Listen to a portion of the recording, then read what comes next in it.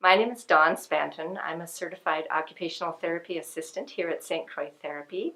And one of the things that we are aware of with many of the clients that come to us is many of them have sensory integration or sensory processing problems. And many people are aware of some of the very basic senses. Scientists are now starting to postulate that we actually have more senses than just those five that we commonly talk about. And one of those is a sense called proprioception. Proprioception has to do with basically our sense of movement, but it's a little bit more complex than that. We have joints, and we have to understand and feel where our joints are. We have to know where our body movements are when we flex and when we extend. Where is my arm when I do that? If I have my eyes closed, can I tell where my body is, or am I going to fall off my chair? Some people with proprioception have difficulty dealing with the amount of input that's coming into them.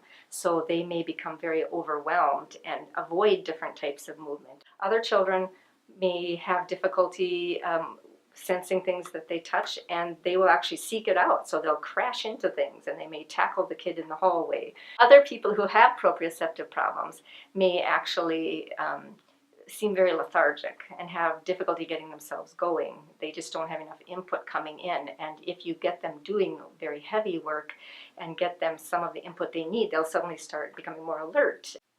The therapies that we use for people who have proprioceptive challenges can vary widely depending on how it manifests for them. The equipment that we have in our therapy gym is especially important for working with the young children who come in with proprioceptive problems. For example, we have trampolines, and it's extremely important that they be able to get the input, so we have them jump up and down on that trampoline.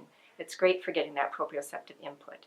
We also have large blocks that are made of foam that they can stack up, and trapezes that they have to bear their weight on, and then they can crash into the blocks that they build up. We also have scooter boards that they can use on the floor where they have to propel themselves with their arms or their legs, and it gives them a great deal of proprioception through their hands all the way up into their shoulders. If they're having trouble with writing, I might give them a mechanical pencil, which is a very simple tool because, as you probably know, if you write too hard with a mechanical pencil, it breaks. Joint compressions are another very helpful technique that we use, and it can often be shown to parents how they can do that at home as well. So if I put one hand here and one hand above and I squeeze the joint together, that helps the individual learn to begin to experience that joint.